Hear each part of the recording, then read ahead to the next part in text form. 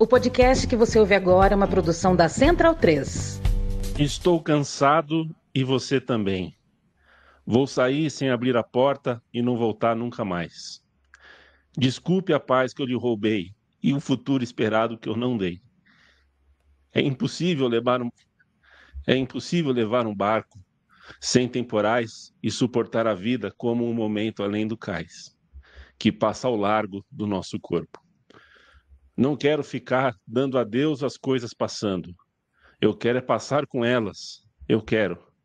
E não deixar nada mais do que as cinzas de um cigarro e a marca de um abraço no seu corpo.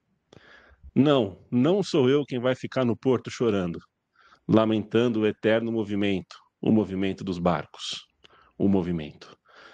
Jardim Macalé, junto com Capinã, escreveu, compôs, colocou música em movimento dos barcos. Cantar, eu não sei. Recitar, mais ou menos. Lembrar e agradecer, eu consigo.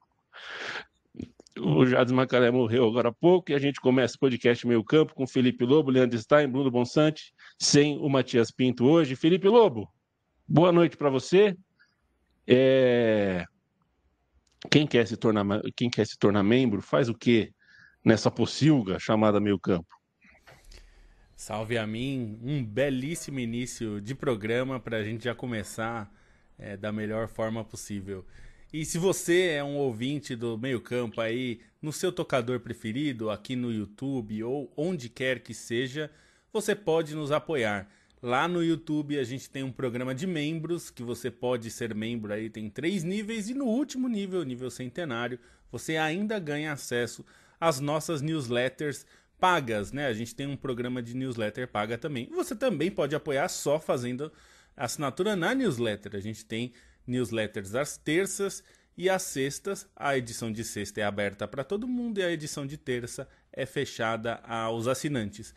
Esta semana, excepcionalmente, a gente vai ter uma edição na quarta, porque a gente vai aproveitar todos os acontecimentos da data FIFA que fecha na terça-feira à noite. Então a gente vai consolidar para mandar na quarta-feira e aí tem a edição de sexta normal. E você pode ajudar lá na newsletter a partir de R$10 e aqui no YouTube também como membro. Se você está ouvindo pelo seu tocador, pode ir lá no YouTube, pode ir lá na newsletter, newsletter.meiocampo.net. Se você colocar newsletter Meio Campo no seu buscador, você vai encontrar, e também podcast Meio Campo você vai encontrar no YouTube. Você ajuda muito estando aqui com a gente, dando o seu apoio e principalmente, né, Yamin, que é o mais importante, mais do que o apoio, que é muito importante para a gente também, claro, é você divulgar a palavra. Se você gosta do Meio Campo, fale para pessoas que você conhece, que gostam de futebol, porque é isso que a gente precisa. A gente precisa que você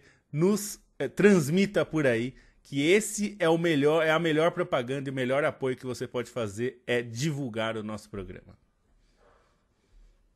Com o meu pedido de desculpas, né, Lobo? Porque para tentar jogar para cima, entregar a bola alta para você cortar, eu chamei esse lugar de pocilga. Evidentemente, eu estava brincando, tentando fazer um humor aqui. Isso aqui é tudo menos uma Mas que pocilga. isso, Eu é procurei uma no boa dicionário aqui. pocilga. Foi uma forma de dizer. Eu quis falar uma palavra que fosse engraçada. Leandro Stein, saiba você que o Jardim Macalé, essa é boa, viu?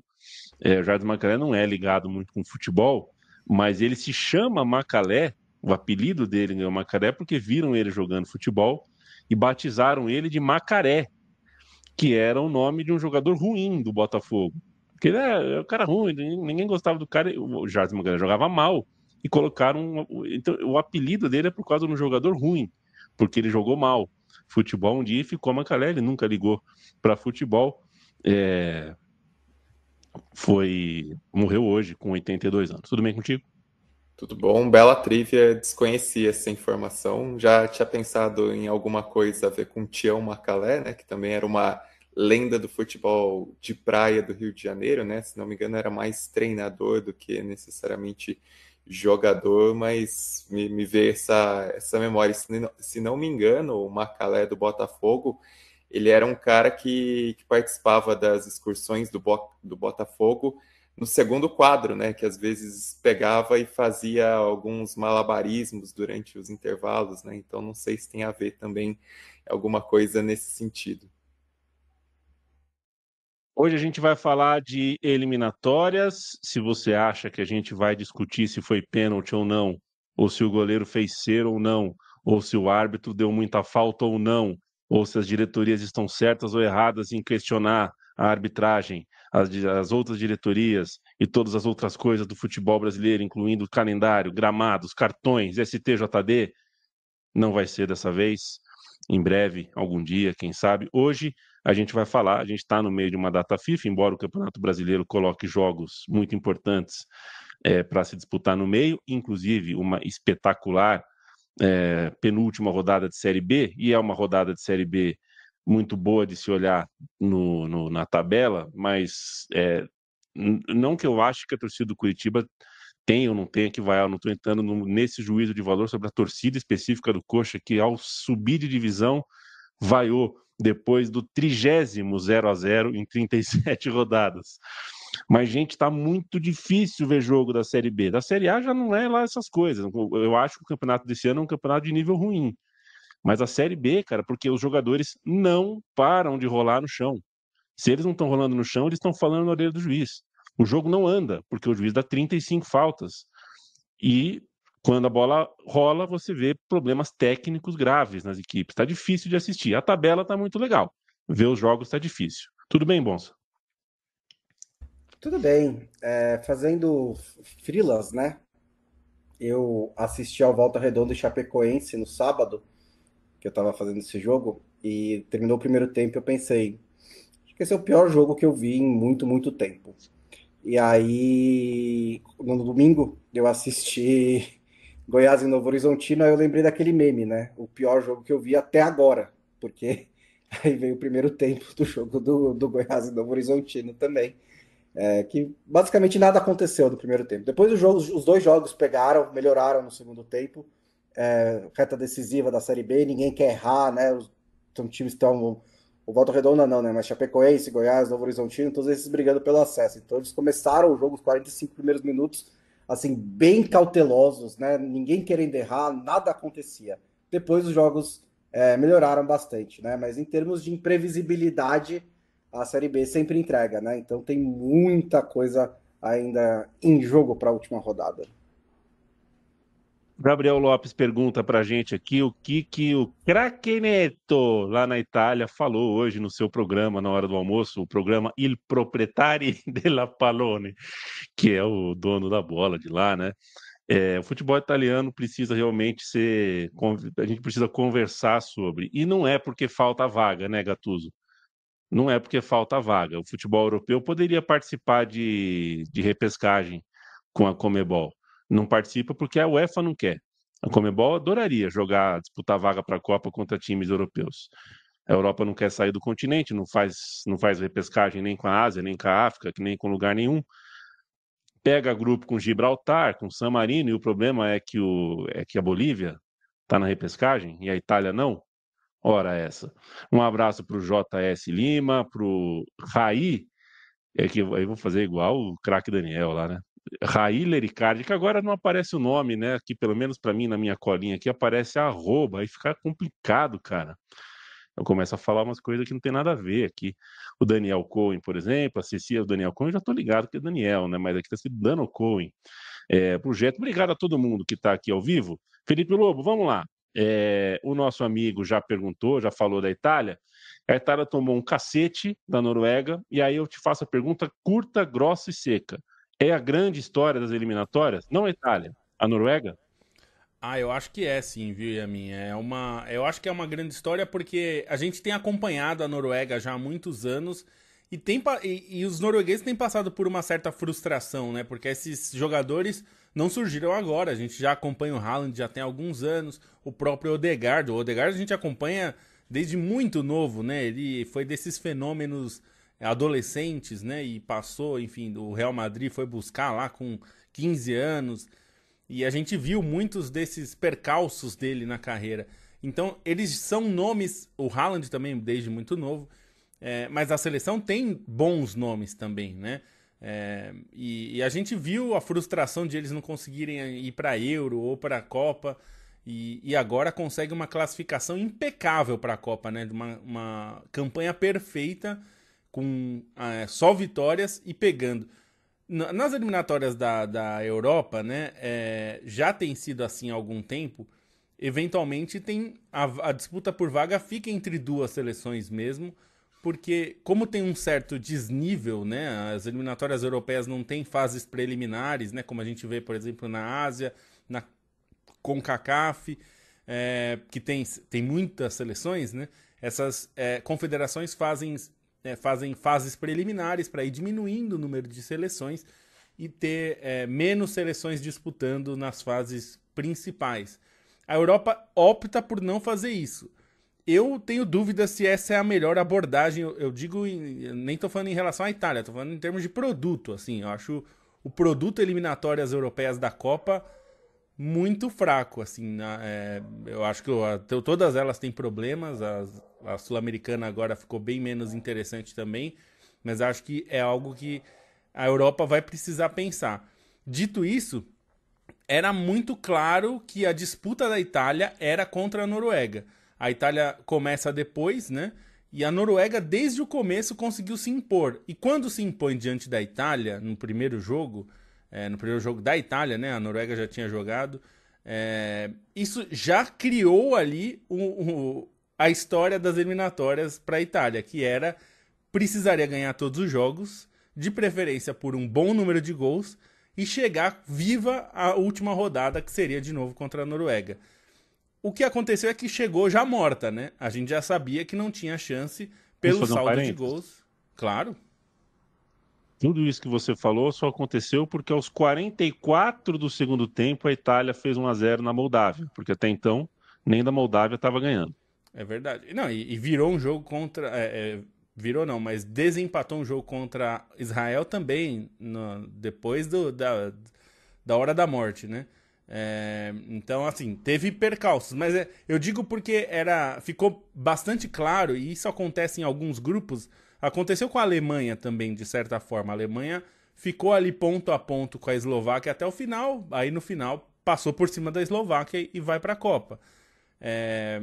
Isso pode acontecer, porque em alguns casos fica um certo desnível entre o cabeça de chave, uma segunda seleção ali, que às vezes é de segundo escalão, ou então um terceiro escalão que está em boa fase, e as outras seleções muitas vezes num nível bem abaixo. Isso faz parte, a gente já sabe que é assim. A Itália já viveu isso antes. A Itália na Copa de 2018 caiu no grupo com a Espanha, então já sabia que o confronto dela era com a Espanha. Ela precisava tirar pontos da Espanha, vencer a Espanha, não conseguiu. E aí foi para a repescagem, caiu para a Suécia na repescagem, né? A gente lembra. Então, assim, isso não é uma novidade. O Gattuso falou um monte de bobagem, até já falou um pouco disso. Acho que a questão para a Itália, e é algo que até o Stein a gente estava conversando no grupo agora dos membros, o Stein falou algo que eu concordo bastante, que a Noruega atropelou, tem um time bem interessante, jogadores muito bons, mas eu não acho que o problema da Itália é porque não tem jogadores bons, não tem jogadores de nível. Tá longe disso. O que a gente tem na Itália, tem um monte de jogador ali que seria muito bem-vindo em vários dos times grandes não só da própria Itália, mas da Europa. Eu acho que falta um bom trabalho, como está sendo o trabalho de agora da Noruega. E de outras seleções. A gente já falou aqui, eu sempre vou citar o Conte, porque quando o Conte trabalhou na seleção italiana, ele fez uma seleção italiana medíocre na acepção da palavra, uma seleção média. Não tinha absolutamente nada demais, com Graziano, Pelé e Éder no ataque, ser competitiva numa Eurocopa contra as melhores seleções da Europa. Então, precisa ter trabalho também. Eu acho que a seleção da Itália tem nomes e tem jogadores para montar uma equipe melhor. Vários desses jogadores atuam em excelente nível nos seus clubes e jogam muito bem. Então falta um trabalho consistente da Itália faz muito tempo, né? Então é o resultado disso. E agora que vai para a repescagem, a Itália é a seleção mais forte da repescagem. Então a Itália precisa fazer o que ela tem como obrigação pelo peso de camisa e tudo, e jogar bem e ir para a Copa. Porque só ficar reclamando e tudo mais não adianta. A gente sabe dos problemas estruturais, também não acho que os problemas estruturais, dos estádios e não sei o quê, é isso que faz a seleção italiana ser ruim. A Argentina, campeã do mundo, é um dos países piores administrados no futebol mundial. A AFA é uma das piores federações do mundo. O Brasil, campeão mundial de 2002, tinha um dos piores presidentes do mundo em relação a organização de futebol e tudo. A gente nunca teve grandes dirigentes e estrutura. Então a gente também tem que tomar cuidado para não misturar uma coisa com a outra. Dá para você ser campeão do mundo com a AFA, com o Tiquitapia, que é um paspalho. E dá para ser campeão do mundo com uma organização um pouco melhor. As coisas, claro que podem ter a ver, mas não é... Sem isso não vai ser campeão. Não é assim que funciona, né? A situação da Itália é curiosa, porque eu acabei de perceber que meu microfone está longe de mim.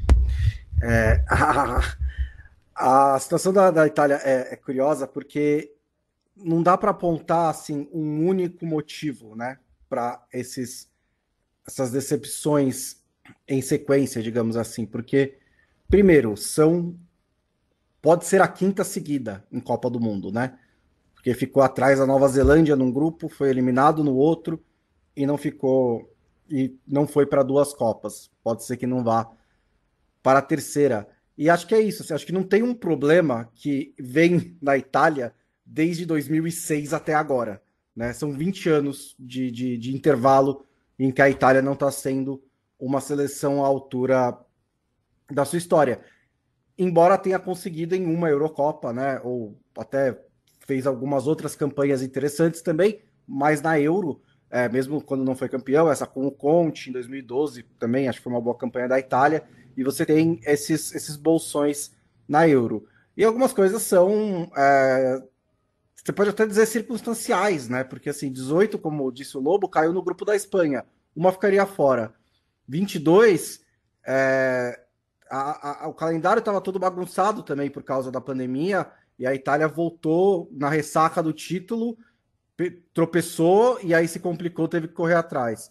E agora pegou essa Noruega. Eu não estou desculpando a Itália, não estou dizendo que a Itália merecia ter ido para essas Copas e não foi, por circunstâncias e tal. Mas tem algumas coisas ali que explicam, porque o futebol italiano não está no seu pior momento de todos os tempos. Os jogadores da Itália não são os piores de todos os tempos. Passaram treinadores competentes pela Itália. Então, assim, mesmo que por trás de tudo isso esteja uma administração ruim, uma federação italiana que não trabalha bem, ou o que quer que seja, como disse o Lobo, tem muitas seleções piores até do que a Itália que já superaram esse tipo de coisa, né?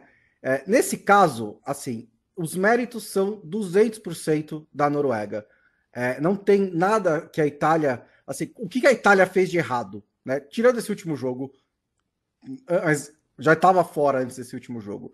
Mas o que ela fez de errado ao longo das outras rodadas das eliminatórias? Perdeu um confronto direto em Oslo, né? Perdeu por muito, é verdade, mas perdeu um confronto direto em Oslo. O que poderia acontecer com qualquer seleção grande que está num grupo com outra seleção competente, né? A Inglaterra ganhou todos os seus jogos, mas se perdesse em Belgrado e a Sérvia tivesse ganhado todos os jogos, estaria pressionada também, porque esse é o formato das eliminatórias europeias. Só que no caso da Itália, aconteceram 2 coisas ao mesmo tempo. Perdeu o confronto direto em Oslo e a Noruega foi absolutamente impecável em todos os outros jogos, né? A gente passou os últimos meses pensando, a Noruega precisaria dar um tropeço para a Itália ter uma chance. A Noruega precisa dar um tropeço para a Itália ter uma chance. E nunca ficou nem perto, né? O jogo contra Israel lá fora pode ser difícil, não sei o quê. Não, a Noruega lidou com todos os outros jogos com maestria e fazendo saldo de gols que no fim acabou sendo, né, o mais determinante. De novo, tirando esse último jogo, que acabou sendo mais um símbolo da superioridade da Noruega nesse grupo em cima da Itália, né? Mas a Itália já estava eliminada antes disso. E é a coroação de um trabalho que se classificar para a Copa do Mundo.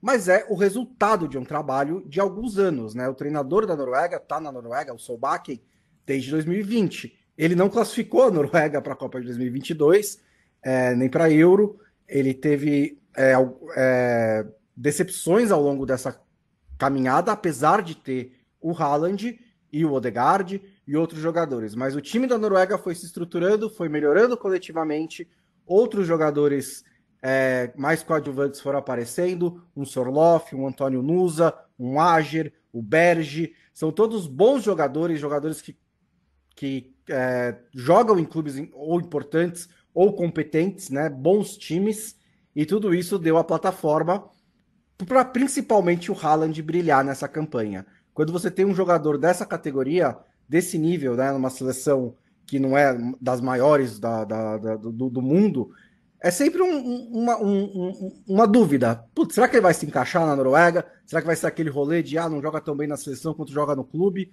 Isso não existe com o Haaland, né? Ele sim, a Noruega joga por ele, ele faz os gols e ele fez mais do que o dobro dos gols de qualquer outro jogador nessas eliminatórias europeias. Sobre esse ponto que o Bonsa falou, do grande erro da Itália ter sido a derrota em Oslo, eu digo isso em outra esfera, em outro tipo de análise, porque o grande problema foi a consequência disso, né? O Spalletti, que de fato não fazia um trabalho bom, trabalho muito abaixo do que esperava-se do Spalletti, saiu para a chegada do Gattuso, e aí a gente vê o que é essa gestão do Gattuso, né? E uma seleção para jogar bem, ela não precisa só de uma geração, ela precisa basicamente de uma estrutura. Se você tiver uma estrutura de time competitivo, é capaz, mesmo que não sejam os nomes maravilhosos que a Itália tinha há 20, 30 anos atrás. Essa Itália tem nomes suficientes para ser competitiva. O problema é quando você escolhe um treinador como Gattuso e assim, a Itália, tudo bem, conseguiu 100% de aproveitamento contra os outros adversários do grupo. Mas também não foi um time, assim, jogos problemáticos, né? Contra a Estônia, contra a Moldávia, contra Israel. E era um grupo, assim, em teoria, acessível, até porque se a gente pegar Israel, era o pior time do pote 3. A Noruega deu essa virada de chave, mas era o pior time do pote 2. Então não era um grupo, assim, fora dos parâmetros para a Itália. A Itália cavou a própria cova, né? Com essa derrota, que foi um momento de muito peso e acho que um ponto de virada para as duas seleções, embora a Itália já viesse de uma Eurocopa abaixo da crítica, e por aquilo que a Itália errou na maneira de conduzir o trabalho, né? Nesse caminho errante de nunca acreditar que era possível, ainda mais contra uma Noruega que estava ganhando fôlego, que estava crescendo muito. E a Noruega é uma seleção muito interessante, tem o Haaland, tem esse equilíbrio que era muito difícil, né? E como o Bonsa falou, o Solbakken, acho que em 95% dos casos era um treinador que teria sido demitido no meio desse caminho, né? Com derrotas, por exemplo, para a Sérvia na época da repescagem da Eurocopa, a Escócia, né? Que aprontou nas eliminatórias da Eurocopa passadas. Então, tinham outros... aconteceram derrotas de peso para mudar esse rumo da Noruega. Eu só fico com um pouquinho de expectativa para ver como a Noruega vai se portar pegando outros adversários. Também acho que é bom manter os pés no chão em relação à empolgação com a Noruega, porque o recorte eu ainda avalio como pequeno em relação ao que eram as decepções recentes da Noruega. E vamos lembrar, em outubro de 2024, a Noruega subiu na Liga das Nações, né, da Liga B para a Liga A, mas chegou a tomar um 5-1 da Áustria em Viena em outubro de 2024 na Liga das Nações. Então é uma seleção que acho que ainda vale a gente avaliar com calma. É óbvio que tem protagonistas muito grandes com o Haaland e sobretudo com o Odegaard quando estiver saudável. Tem bons coadjuvantes, se a gente pegar o Sorloth, o Nusa. Eu gosto muito do Berg, do Bodo Glimt, que é um cara que não deu certo na França, mas é um dos motores do meio-campo. Mas acho que ainda falta um pouquinho mais de prova, se não foi só esse encaixe específico contra a Itália. E aí acho que o time da Noruega estava mordido também para enfrentar a Itália, né? Depois de tudo que o Gattuso falou. O Haaland falou também sobre o Mancini, né? Que começou a passar a mão nas nádegas dele, e aí ele virou a chave no jogo e acabou marcando os gols. Foi uma Noruega que não fez um grande primeiro tempo em Milão, né? O time melhorou, cresceu ali no início do segundo tempo, faz o gol, a Itália tenta o 2-1 e depois a Noruega vai e passa o trator por cima. Mas também é uma seleção que acho que vale como a grande história na Europa, né? Acho que tem outras histórias nessas eliminatórias além da Europa, mas é um time que também a gente precisa ter um pouquinho de calma nesse andor com a Noruega. Ele falou Eliminatórias da Mancini, o Europa. primeiro que eu pensei foi o Roberto. Eu falei, mas como que isso aconteceu? Quando que ele passou a mão na nádega do Haaland? Mas eu lembrei que não era o zagueiro, né? O Gianluca, o da. A seleção Eu fiquei norueguesa confuso. tem. Ó, que bonitinho o Nino, gente.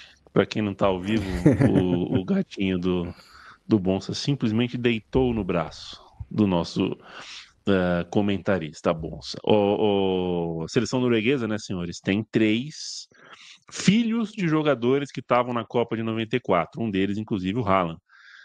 E me pergunta, o chat aqui me pergunta, o Marcos Segala pergunta, Toro, André Flo ou Haaland? Marcos, né, não tem saudosismo no mundo que me faça dizer Flo, né? Não tem como. Não tem como. O Haaland é realmente. Ele pode fazer igual a Chiquinha defendendo o seu Madruga, né? Ele não tem carisma nenhum? Não tem.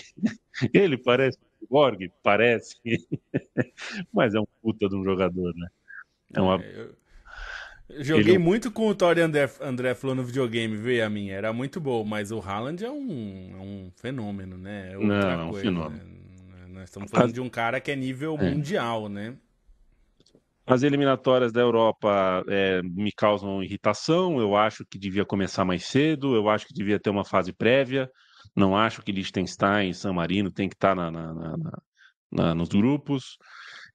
E essa coisa de pontuação da Liga das Nações valer para os playoffs, né? Então, eu não acompanhei a Liga das Nações, me desculpem. E agora eu vejo a Suécia classificada para os playoffs, sendo que a Suécia não jogou as eliminatórias da Copa. Eu fico um pouco irritado com isso. Não, Não e sei se isso, eu sou o único. assim, isso da Liga das Nações, para mim, o que me incomoda mais é porque é circunstancial, né? Pegar o exemplo da Suécia, que é uma seleção historicamente na Europa Liga A, nos últimos anos seria uma seleção Liga B, e aí se aproveitou de um ano ruim, foi rebaixado para a Liga C com adversários claramente inferiores ao que seria o nível histórico da Suécia, ganha o seu grupo com um nível inferior. Eu acho que o nível dá até para a gente falar que é um nível inferior ao que enfrentou no grupo das eliminatórias. Aí faz essa campanha horrível nas eliminatórias, mas é beneficiada pela circunstância de estar numa Liga C fraca, justo no ano em que tem esse encaixe favorável às eliminatórias da Copa do Mundo. E o Gattuso ainda acha que o problema está nas eliminatórias no resto do mundo. Tô bravo com você, Gattuso. Nessa terça-feira, jogos que quem ganhar vai para a Copa são os seguintes: Iraque e Emirados Árabes, quem ganhar está na Copa. País de Gales e Macedônia, quem ganhar vai para o playoff. Não, Escócia e Dinamarca. não, só Não, corrigindo, Iraque e Emirados Árabes vai para a repescagem vai para intercontinental. repescagem. Perfeito, perdão, vai para repescagem. A Ásia já fechou as vagas diretas, né? Escócia e Dinamarca vai para a Copa quem ganhar. Áustria e Bósnia Herzegovina vai para a Copa quem ganhar. E às 22 horas, todo mundo de olho, fechamento de data FIFA com 2, 4, 6 jogos da CONCACAF, sendo o mais importante deles Jamaica e Curaçao. Quem ganhar está na Copa. E a Costa Rica pode ir para a Copa ganhando desde que o Haiti não vença a Nicarágua. Agora, se a Costa Rica ganha, caganha, e o Haiti ganha também, a gente tem o Haiti na Copa do Mundo. Então, essa terça-feira vai ter algumas coisas gostosinhas aí de se assistir. Senhores, eu queria ouvi-los sobre Portugal e sobre a Alemanha. Eu acho que quando chega a Copa do Mundo, na hora de começar, na hora de rolar o melão, a gente respeita as duas seleções de forma igual. No papel, pela força dos elencos, a gente respeita a Alemanha, talvez até um pouco mais pela história que tem em Copa do Mundo, 4 estrelas na camisa, mas me parece que as duas novas classificadas, né, as duas seleções que garantiram a classificação nessa data FIFA, chegam por caminhos diferentes, né? Uma fez a Rio Santos por uma estrada, outra fez por outra. Portugal parece com um trabalho bem consistente, parece parece ter muita clareza de onde quer chegar e como quer chegar. E a Alemanha, não sei, a Alemanha deixa uma interrogação. É isso? Só uma outra coisa sobre as eliminatórias europeias também, assim, teve time começando campanha em março e em setembro a França ainda não tinha começado, né? Então também teve isso. No caso da França, por exemplo, não fez diferença, porque a França é muito melhor que os outros. Mas basicamente uma lesão do Dembélé tirou o Dembélé de toda a campanha eliminatória da França. Se fosse uma outra seleção, por exemplo, imagina o Haaland tem um problema na panturrilha e fica 2 meses fora e perde 4 jogos da Noruega, tá fora da Copa, perde um ciclo inteiro, porque foi tudo muito concentrado, né? Enquanto outras seleções tiveram um ciclo maior. Então, isso também é um problema, né, das eliminatórias europeias. Na minha opinião, são duas seleções, assim, que eu acho que eu vejo de uma maneira um pouco diferente, né? Mas ao mesmo tempo, acho que as duas precisam convencer a gente, né? A Alemanha mais pela sua história, digamos assim, mas além de ter os seus jogadores, né? Mas ela também vem, né, de ciclos muito irregulares desde do título de 2014. E você olha para a seleção alemã e você vê ao mesmo tempo, né, jogadores de muita qualidade, mas não sei se do nível de gerações anteriores. Mas ainda tem ali um Florian Wirtz, né, que você consegue olhar e falar, ok, bom jogador. O Musiala, quando ele retornar, você tem ali os pontas, o Gnabry, que fez agora um bom jogo contra a Eslováquia. Uma coisa que é interessante nessa Alemanha é que eu lembro que em Copas do Mundo anteriores, uma das discussões era: cadê o centroavante? Vai jogar com o centroavante, tem que colocar o Füllkrug. Quando coloca o Füllkrug, melhora, né? Foi essa a discussão em 2022. E nessa a Alemanha parece que já encontrou o Füllkrug antes, né? Porque o Voltemade vem de uma ótima temporada, bom começo no Newcastle e tem feito gols pela seleção alemã.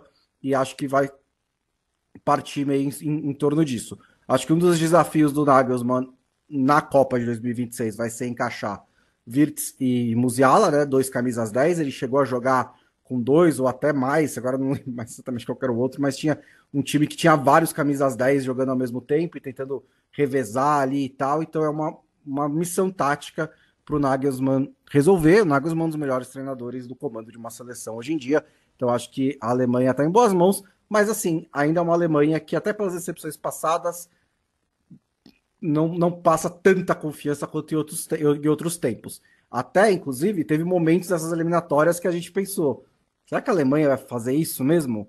E não fez, né? Acabou se classificando na hora H, precisava ganhar da Eslováquia, fez 6-0 na Eslováquia. Então, se classificou com autoridade. E Portugal é um caso parecido, porque Portugal não tem a história da Alemanha, mas tem jogadores hoje em dia, né?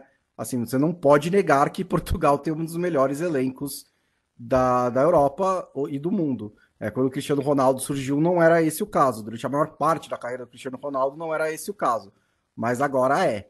Então, é uma questão ali, também, que é uma questão que já vinha de antes, né? Com o Fernando Santos, que a gente às vezes fala com o Deschamps, com o Southgate, com esses treinadores de seleção. Transformar isso. Portugal está conseguindo tirar o melhor das suas peças e durante muitos momentos também dessa campanha mesmo, não era o caso, né? Perdeu da Irlanda no jogo anterior. E aí, de novo, na hora que precisou entregar, entregou 9-1 sobre a Armênia e se classificou com autoridade também. Mas também passa certas dúvidas se esse time está jogando para o máximo da sua capacidade. Mas quando você olha, principalmente para o meio-campo de Portugal, né? Com Vitinha, João Neves, Bruno Fernandes, Bernardo Silva, João Félix, tem Rubem Neves, tem assim, qualquer um desses jogadores que eu falei provavelmente seria titular no meio-campo da seleção brasileira. E o Portugal tem tipo 7. Então é uma qualidade gigantesca e a questão é tirar o melhor disso e também ver o que você vai fazer com o Cristiano Ronaldo. Ele terminou a Copa passada na reserva, ele tem jogado bem, feito os seus gols, mas na hora do vamos ver ainda é uma questão. Se o Cristiano Ronaldo, 3 anos e meio mais velho, consegue fazer parte desse altíssimo nível. Pelo nível que tem o restante do time, por aquilo que o restante do time coloca de intensidade, eu acho que ter o Cristiano Ronaldo não é nenhum problema. É diferente do que foi em 2022, que o time de Portugal era mais problemático. Agora você consegue ver uma equipe com uma cara bem mais definida. O título da da Liga das Nações é importante, né? E aí você pega, sobretudo, os caras do PSG voando baixo, você ter esse entrosamento no meio-campo de João Neves e Vitinha, você ter o Nuno Mendes voando na lateral esquerda, tudo isso é importante.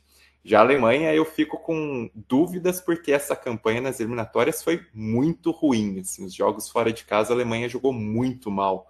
Contra Luxemburgo, contra a Eslováquia, contra a Irlanda do Norte. Acabou fazendo uma baita partida nessa segunda-feira, né? Nessa goleada contra a Eslováquia num jogo que precisava, mas foi um ponto fora da curva de uma campanha que foi problemática. Só que aí eu vejo a Alemanha um pouco num estágio, não dá para comparar muito com o que era em 2014, mas um pouco uma Alemanha no estágio de 2006, talvez, que é um time que tem jogadores muito jovens, com capacidade de florescer, mas é um time que está faltando ainda esse encaixe, né? Está faltando ganhar uma cara, fez uma Eurocopa muito boa, vamos lembrar que foi eliminada pela Espanha do jeito como foi, né? Um jogo em que teve toda a questão de arbitragem, né? Em relação ao lance do Cucurella, enfim, mas é uma seleção da Alemanha que perdeu um pouco, né? Essa sequência recente, os últimos jogos desde a Eurocopa, e tem talento para conseguir se recobrar se conseguir esse encaixe, né? Considerando que, se você olha na escalação da Alemanha, o Kimmich tem voltado a render bem como lateral, né? E parece que ele agora aceitou essa condição. Você tem Schlotterbeck que está na defesa, você tem Pavlovic no meio-campo, que é um cara de muito talento. Wirtz jogou muito hoje. Musiala, quando voltar, é um cara que sempre entregou muito pela seleção. Então, dá para esperar um pouco mais da Alemanha, mas é um time que falta consistência, diferentemente de Portugal, que ainda que não tenha feito uma campanha impecável nas eliminatórias, né, teve tropeços importantes, sobretudo nas duas rodadas anteriores, né, esse jogo contra a Armênia, mas é uma seleção de Portugal que eu consigo ver com uma cara mais clara e saber mais o que eu vou esperar no jogo de Portugal do que essa seleção da Alemanha tão inconstante nos últimos meses. Você sabia, Leandro Stein, que lá na Praia Grande, uma amiga da família, a Marina, filha da Catarina, amiga da família, tudo mais, a Marina, na mesma idade que eu, mais ou menos, ela foi a garota que ia na nossa casa ali nas férias, né? Meu primo era apaixonado por ela, teve uma paixão, uma história de amor, tudo mais, todo mundo achava ela bonita, aquela coisa, e ela se chamava Marina Wirtz. Veja você como são as coisas. E não tem nenhum parentesco, não sabe onde fica. Se eu abrir o mapa da Alemanha para ela, ela não sabe me dizer onde fica Leverkusen, local onde o Wirtz conseguiu ganhar uma Bundesliga sem perder um único jogo de futebol. Coisa que eu tô pagando para ver esse Bayern de Munique conseguir. Tá jogando fino da bola, vamos ver nas próximas semanas, porque acaba a data FIFA e vai ficar um tempo bem razoável agora, sem pausa, né? Agora vem um estirão dos campeonatos nacionais e é um momento bom de você estar em paz, sem muitas lesões e com um jeito de jogar definido, porque mais de um terço do campeonato meio que vai aí de um respiro só, principalmente em países como a Inglaterra, que joga no Natal, joga no Ano Novo, para o jogo no meio com o Papai Noel, aquela loucura toda. Vai ter menos jogo, né, Bonsa? Eu acho que vai ter menos jogo no Boxing Day. Parece que vai ter um só, né? Vai ter um só, porque é por causa de direitos de televisão, porque o Boxing Day vai cair na sexta-feira e precisa... A Premier League precisa entregar uma quantidade determinada mínima de jogos em fins de semana. Então eles não poderiam colocar a rodada cheia na sexta, como eles costumam fazer. Mas é mais circunstancial por causa de como o calendário, né, caiu esse ano. Mas tem uma pausa de inverno agora, já faz alguns anos. Só que é meia pausa de inverno, né? Eles separam uma rodada em duas. Você está curioso para assistir a primeira rodada do Campeonato Brasileiro no verão? Como assim? Eu não... Agora o Campeonato Brasileiro já começa no fim de janeiro, cara. É verdade. Deu para ver que você não tá, você não tá ansioso por esse momento. Super ansioso, né? Mas tô, sim, vai ser. Mas eu gostei da mudança, tá? Fui a favor da mudança. Eu acho bom que o campeonato comece no começo do ano e termine no fim do ano. Que pegue o ano inteiro. Um abraço para o Maurício Silveira, o Antônio Vinícius, o Vinícius Cirino, a Maria Guilhermina fala que o sorriso do Haaland dá medo Ele é um cara diferente, né? O Haile Ricard, que eu li Haile Ricard, mas não, é Haile Ricard, pede para eu mandar e eu mando com o maior prazer. Um abraço pro moço de Orlando. Não, tô brincando. O André Orlando nos ouve, vai nos ouvir depois, amanhã de manhã. Abraço, obrigado por fazer companhia pra gente, ao vivo ou não. Que mais, senhores? A gente tem deu para perceber que hoje o nosso foco aqui foi num olhar para as definições das seleções da Europa. A gente poderia ainda falar sobre Croácia, sobre Alemanha, a gente pode falar sobre República Tcheca, Albânia, Polônia, Albânia do Silvinho, né? Mas eu queria ouvir, antes de qualquer coisa, sobre Irlanda e sobre República Democrática do Congo, duas grandes histórias dessa data FIFA. A Irlanda jogando um mata-mata contra a Hungria, na Hungria, com a Hungria jogando pelo empate, ganhando por 2-1. E a Irlanda virou no último lance da partida. E a República Democrática do Congo, que para chegar nos playoffs, para chegar na repescagem da FIFA, passou por um mata-mata tranquilo na África, um mata-mata simples, tirou Camarões e Nigéria. Que tal para vocês? Sobre... Não, a Irlanda foram duas finais, né? Se a gente considerar o que foi o jogo contra Portugal também, o clima que estava, a vitória importante.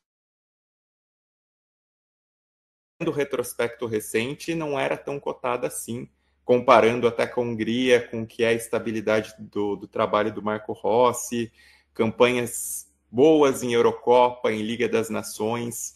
Foi uma Hungria que derreteu, né, num jogo em que precisava, acho que, um pouquinho mais de pegada no fim. Quem estava com esse ânimo era a Irlanda, e o que o Parrott fez assim, nesses dois jogos, né, 2 gols contra Portugal, 3 gols contra a Hungria, marcar esse gol no final, acho que dá um ânimo para a Irlanda, e eu vou ficar muito interessado em ver, sobretudo, a comoção ao redor da Irlanda, né? Porque é uma das seleções mais legais de se acompanhar nas competições internacionais. A gente teve exemplos recentes na Euro por conta da mobilização da torcida, e eu acho que isso, ainda mais pela maneira como foi a classificação, vai se reproduzir também na repescagem, embora a Hungria, para mim, soe como uma grande decepção também, né? Porque é uma geração talentosa, tem o Szoboszlai como uma grande figura, é uma seleção que desde 86 não disputa a Copa do Mundo, né? Essa era uma chance muito boa de estar pelo menos na repescagem. Se estivesse na repescagem, eu imaginava a Hungria vindo forte para essa disputa, até achava que a Hungria poderia incomodar um pouquinho mais Portugal no grupo, e acaba eliminada dessa maneira, e é uma dessas seleções, né, que por conta das circunstâncias não tiveram esse benefício do salto na Liga das Nações. Sobre a República Democrática do Congo, algo que eu já tinha falado aqui na sexta-feira, por bola, por aquilo que estava apresentando e pela noção de time, surgia como uma candidata clara a passar nessa repescagem. Assim, a Nigéria pode ter jogadores de mais nome, mas a República Democrática do Congo vem num trabalho melhor, num trabalho superior, fez um jogo melhor, né? Acho que em 120 minutos a República Democrática do Congo foi mais tímido que a Nigéria, apesar de tomar aquele gol um tanto quanto circunstancial de início, e venceu nos pênaltis. É uma seleção que tem capacidade, tem jogadores. Eu gosto da mescla da República Democrática do Congo, né? Pensando em jogadores experientes, sobretudo Bakambu e Mbemba, jogadores com boa rodagem no continente africano, e o Mayele é um dos principais jogadores em atividade no continente pelo Pirâmides, jogadores que foram adicionados à seleção mais recentemente por conta da origem congolesa, como o caso do Wan-Bissaka, alguns jovens também aparecendo, como o Sadiq, que nessa temporada está jogando pelo Sunderland.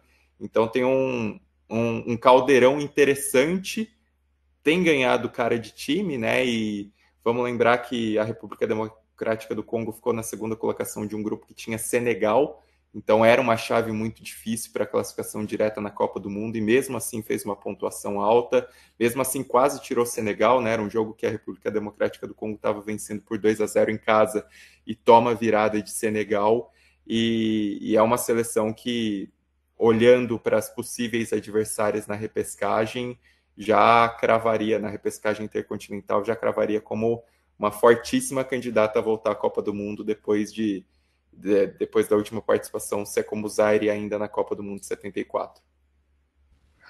As coisas Rafael são muito. Montanaro pergunta. Perdão, moço. Vai lá. Não, só as coisas são muito equilibradas na África, né? A gente fala isso o tempo inteiro. A diferença, assim, você pode até olhar para o elenco da Nigéria e falar que tem mais jogadores que você conhece, caras mais famosos, né? Principalmente o Osimhen.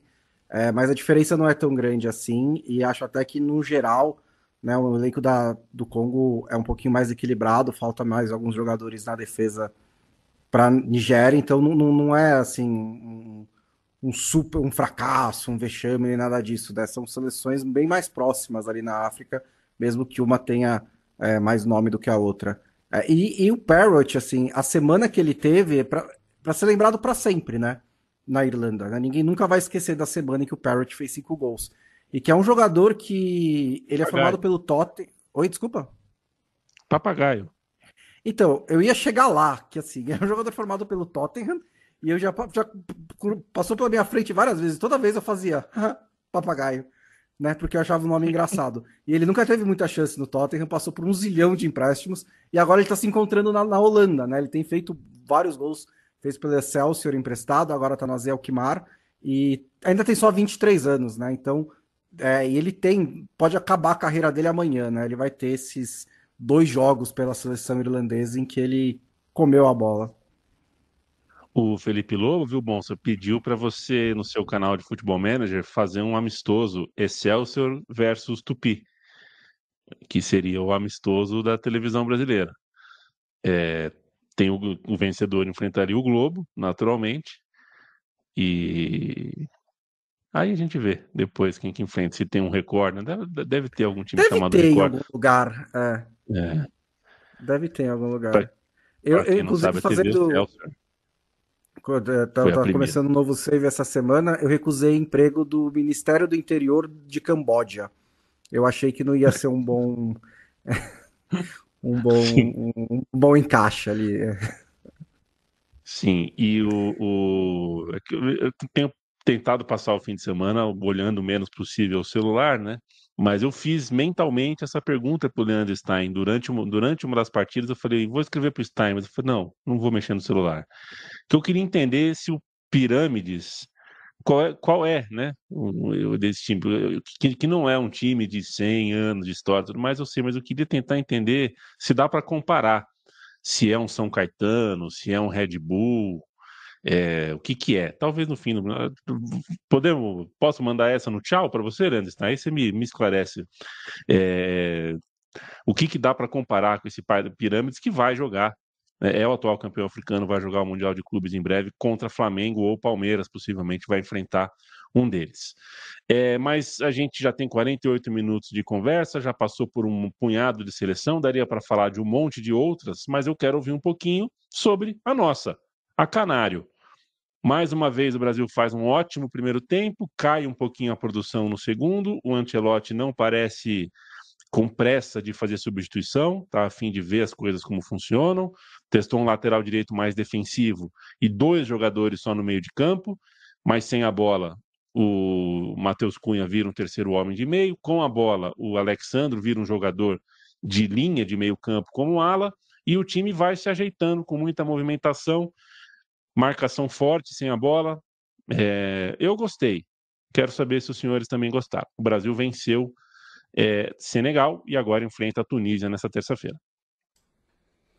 Eu gostei bastante da seleção. Eu achei que fez um jogo bem interessante. Eu ainda me preocupo bastante com essa formação, porque eu não sei. Eu tenho dúvidas sobre a recomposição defensiva, especialmente contra times que consigam fazer inversões rápidas de um lado para o outro, ou pegar o time mais no contra-ataque. Mas essa é uma questão que a gente vai ter que ver com o tempo.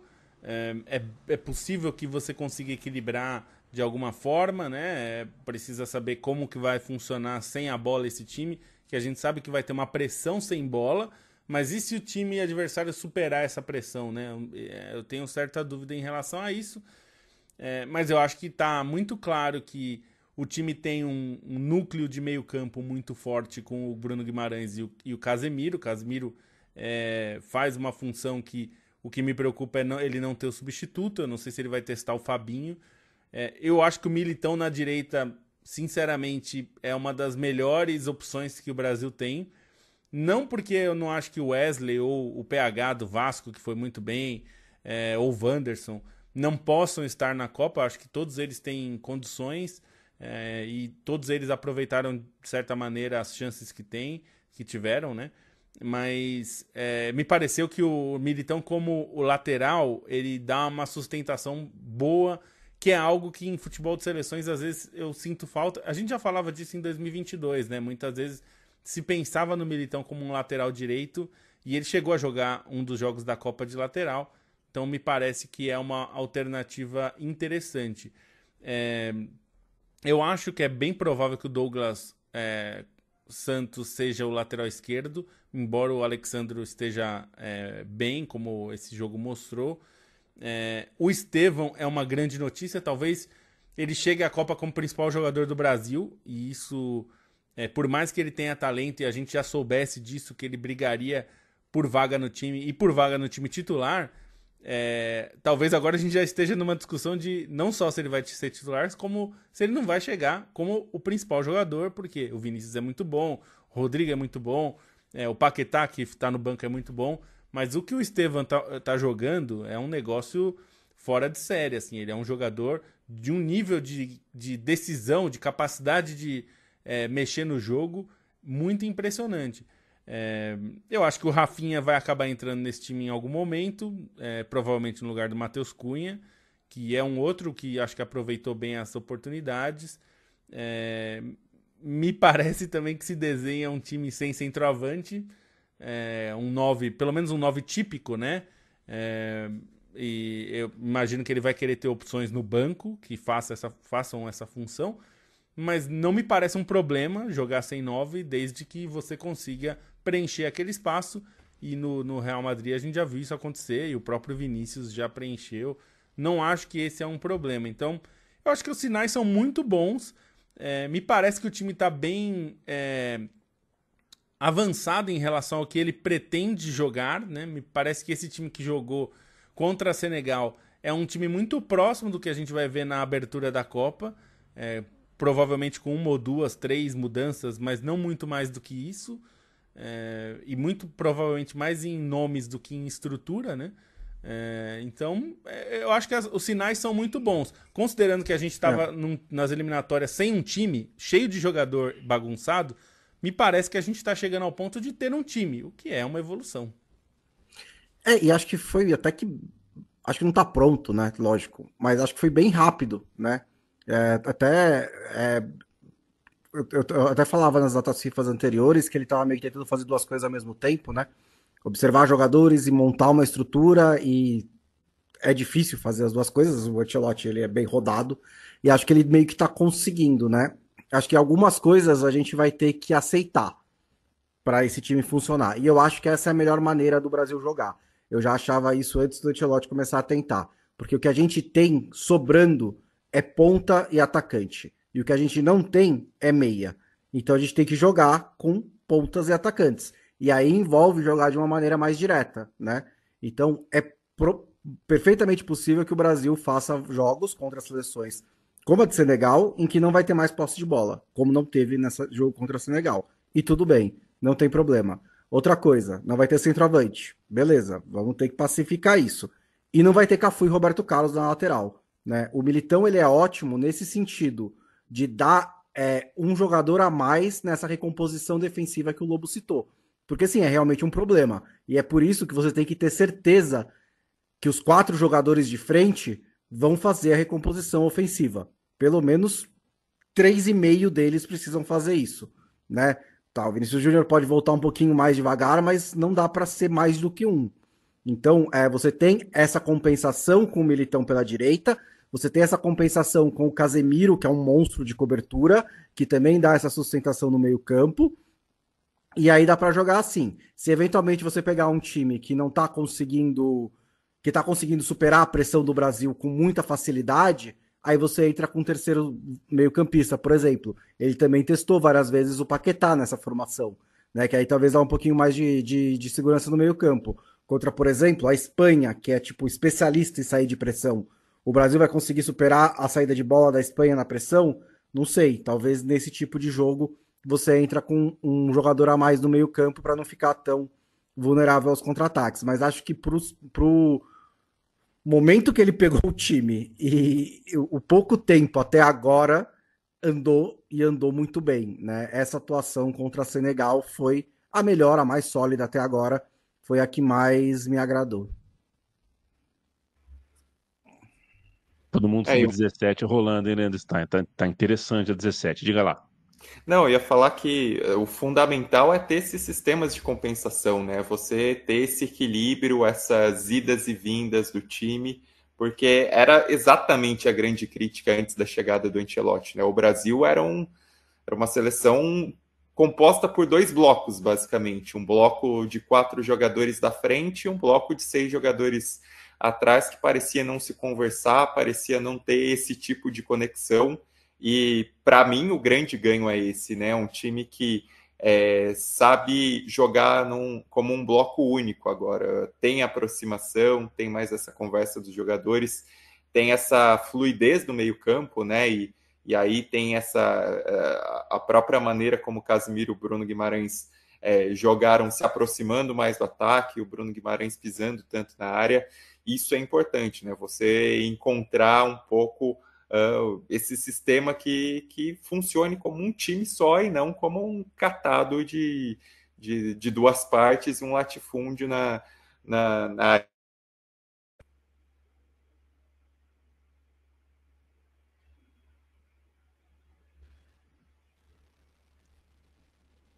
Eu só vou. Não sei se acho que travou, né? Travou e terminou a missiva, né? Acho que foi isso ao mesmo tempo. Foi tudo ao mesmo tempo. Só para complementar o que o Stein disse, assim, houve momentos do Real Madrid do Ancelotti que era assim, né? Que eram 2 blocos, que o sistema de compensação não estava funcionando, mas acho que a base do time é mais ou menos a mesma, não só porque tem o Vinícius e o Rodrigo, mas é que os melhores Real Madrid dele era dar essa sustentação para liberar os caras de frente para jogarem com liberdade. Isso é algo que ele fez muito bem no Real Madrid e parece que é a mesma coisa que ele está tentando fazer no Brasil. Às vezes não funciona, né? Mesmo com o Ancelotti. Mas nesse começo de trabalho tá andando bem, vamos ver na Copa do Mundo. Richarlison ou Joselu? Richarlison. Richarlison é bom jogador.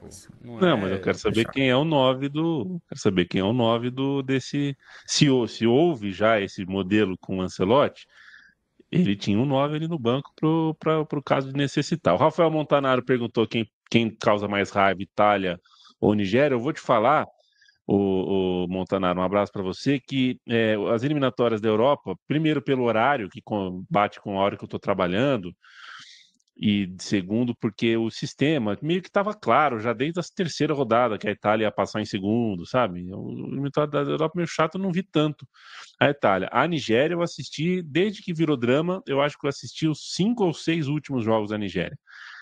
Insuportável a seleção nigeriana. A seleção da Nigéria é aquela seleção que parece quando seu time, você fala assim, não tem mais técnico, tem que trocar o técnico. Então, quando você chega na situação assim, o time não evolui, o time não faz nada em campo, é um time muito, muito chato de se assistir. Seria uma frustração se a Nigéria conseguisse classificação para a Copa do Mundo, porque não mereceu. Gustavo Câmara se tornou membro, manda um beijo, um abraço para você, Gustavo, parceiro de longuíssima data aqui do nosso podcast. O Edu Starling, obrigado pela companhia feita ao podcast O Monolito. E o nosso glorioso Mr. Way to Fly tá achando que a gente está errado, né? Porque a gente está falando que a seleção jogar sem 9 é um grande problema, porque não dá para jogar com 2 em campo só. Tá bom, legal. Esse é o humor que o Brasil aprendeu a respeitar. O João Pedro estava no banco também. Ele também é um 9 legal. Assim. Também então. E ele fez bem o pivô, né? Ele entrou e fez essa função. E o Endrick vai pro Lyon, né? Pra tentar. É um Hail Mary, né? Do é o Hail Mary do Endrick. Pra ver se ele consegue entrar nessa daí. Mas é pro Lyon mesmo, né? Parece que sim, Diz que não é, é né? Ou é pro confirmado, né? Leão para Mas depois ir pro Nottingham, para depois ir pro Botafogo, para depois ir pro Nottingham, para depois ir pro Pirâmides, para depois ir pro Lyon. não, ele vai Não, emprestado. né? Se ele for emprestado, não tem essa Ah, liberdade Não tem. dos caras fazerem essa bagunça toda. Tem que ver se até lá vai ter tudo isso, né? Porque tá muito longe. A janela só abre em janeiro, né? Sim, tá perto em ó, termos de calendário, Janeiro, mas. janeiro tá chegando já aí, ó. Não, eu sei, mas é que para um jogador significa um mês e meio aí sem jogar, assim. Apesar que ele entrou aí complicado. no Real Madrid, mas ele entra muito Eu pouco, acho que né? esse trem já passou, viu? A Copa de 26 com o Endrick já, eu acho que já passou. Eu acho que ficou difícil para ele. É, E eu pro acho Neymar, injusto. Deveriam ter A gente apostado tava mais. injusto. conseguindo, né, Yamin? A gente tava quase lá, É. tava acabando o programa. Já foi nos Até que acréscimos, ó. Foi com depois de uma uma hora hora e um eu já. plantar o Neymar, Tava a gente fala numa quase. próxima oportunidade. Já tem uma Ó, hora e um de programa aqui sobre no isso, ponto só, parabéns eletrônico. pro Ancelotti pela maneira como ele tá lidando com isso. Ele tá lidando É muito verdade. bem. É exatamente assim É. que tem que lidar. Assim como a bola, né? Porque É. Ou seja, o Bruno Bonsante está falando assim, Felipe Lobo. Com criança, você tem que falar firme. Beijo para você. Até a próxima. É isso. Tem que ser firme mesmo. E vamos ver. Agora tem outro jogo legal, né? Pra quem tá nos ouvindo ao vivo. Vai ter o jogo contra a Tunísia, que é interessante também para ver o Brasil. A Tunísia é um time que vai causar algum problema, é um time organizado. Não é tão forte tecnicamente quanto o Senegal, mas é uma boa seleção. Então acho que é interessante. Acho que foram boas datas marcadas aí para teste do Brasil. Tô ansioso para ver. Eu espero que ele dê rodagem a alguns jogadores que ele levou supostamente para testar, né? Então, por exemplo, o Fabinho, eu gostaria de ver em campo, porque afinal, se ele levou para ver se ele pode fazer a função do Casemiro, a gente tem que ver se ele pode fazer a função do Casemiro, né? Embora ele conheça, enfim, tudo isso. Mas é isso. Até sexta-feira. Até, a gente estourou um pouquinho aqui. O Caio Maia já está no meu ponto eletrônico aqui falando para terminar. Calma, Caio Maia, já termino. Você viu que agora vai ter outro, né? Tem diretor novo lá na F451. Não sei se você viu quem é. Um dos maiores corações que eu conheci na minha carreira.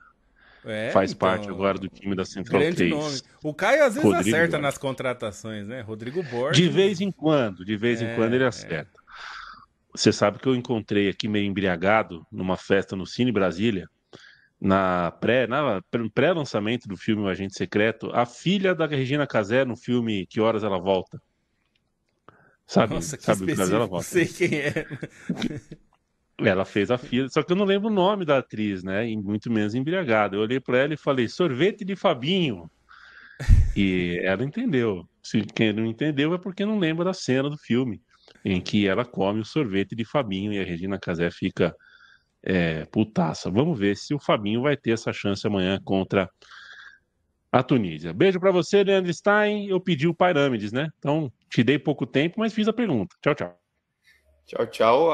Eu fiquei pensando em trazer para uma comparação para o Brasil, porque é um time que tem donos assim. Antes era um dono saudita, agora é um dono de Emirados Árabes e teve essa injeção de dinheiro para conseguir crescer tão rapidamente, né? Teve uma época que contratava brasileiro a rodo, né? Keno, Ribamar, muita gente jogou no Pirâmides. Atualmente é uma equipe que faz um trabalho até mais parecido com os outros clubes egípcios, né? Com a Al-Ahly e com o Zamalek em relação a contratar jogadores de outros países africanos e alguns veteranos da seleção egípcia, né? O exemplo maior é o Mayele, que foi um dos destaques do time. Nesses primeiros jogos do Mundial ele foi muito bem. Acaba sendo um pouco isso, e é um time que, por enquanto, assim, ganhou, né? É curioso, porque ganhou o campeonato, a Liga dos Campeões da África nessa temporada que terminou. Só que ele tem 4 vices no campeonato egípcio consecutivos, ainda batendo muito na trave em relação ao campeonato egípcio, e chegou a ganhar uma Copa do Egito, mas também tem 2 vices. Então acho que se for comparar, assim, é uma equipe nova que tem donos que dá para questionar um pouco, mas faz um trabalho, por enquanto, mais consistente do que aquele brasiliense que foi finalista da Copa do Brasil. E um nome menos criativo da história, né? Um time no Egito se batizar Pirâmides é assim, é de uma falta de criatividade. Eu fico insultado saber que o time se chama Pirâmides. É um Mas insulto. você sabe que tem outro exemplo no Egito, né? Tem um time que se chama Cleópatra também. Então, tava até, não sei se está liderando ainda, mas estava liderando É, essa temporada. Então, Cacete e Planeta, né? Cacete e Planeta. Ó, semifinal do Campeonato Egípcio. Só Ali, Cleópatra, Faraós e Pirâmides. Ah, não tem condição, gente. Não tem condição. Beijo pra você, Bruno Bonsante. Um beijo. Seria o quê? O Macarrão FC na Itália? Contra o. Por aí. Pasta Torre. FC. O Isso. time de Pisa chamado Torre. Você chama Torre. Bom, o time de Pisa chama Pisa, né? Que também não é super criativo, né? Poderia ter um time no Brasil chamado Pão de Açúcar. Opa! Senhores, sempre um prazer ter a companhia de vocês. Eu falo não só de Lobo estar em Bonsa, mas também de todos vocês, amigos e amigas que nos acompanham, seja ao vivo, seja gravado. Viva Jardim Macalé, um dos autores, não só de tantas letras e tantas melodias, mas um dos autores de um Brasil muito bonito. Um Brasil que dá um orgulho danado de fazer parte. A gente volta na sexta-feira com mais uma edição do podcast Meio Campo. Tchau, tchau.